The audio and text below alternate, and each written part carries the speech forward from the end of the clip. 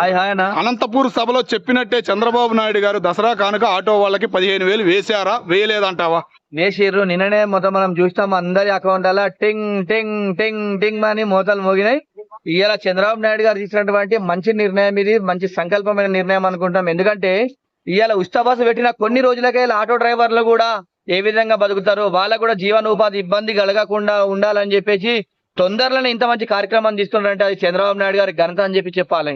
అంటే ఇప్పుడు సంవత్సరానికి 1,50,000 2 లక్షలు వచ్చేది లాస్, ఇప్పుడు 15,000 ఇస్తే ఏం సరిపోతాయి అంటున్నారు కొంతమంది. దాని గురించి ఏం చెబుతారు? ఒకటండి, రాష్ట్ర ప్రభుత్వం ప్రజలందరినీ జాదాలంటే ఉచితంగా జాదలేదండి. ఎందుకంటే కొంతమంది డబ్బులు ఉన్న వాళ్ళు ఉంటారు, కొంతమంది పేద ప్రజలు ఉంటారు. కాబట్టి ఆ స్కీము పేద ప్రజల కోసం దృష్టిలో పెట్టుకొని పేదోడు బాధపడద్దు, ఆర్టీసీ బస్సులలో వెళ్తే గట్ట ఆటో కార్మికులకు కూడా ఇబ్బంది అవుతుంది, అలాంటి కార్మికులు కూడా ఎలాంటి ఇబ్బంది పడద్దు అని చెప్పేసి ఒక మంచి సంకల్పాన్ని తీసుకొని ఇలా పేదవాడి కోసం ఆలోచించి చంద్రబాబు నాయుడు గారు తొందరలోనే ఎంత మంచి కార్యక్రమం తీసుకున్నారంటే వారికి గొప్ప విషయం అని చెప్పేసి తెలియాలి. ఆటో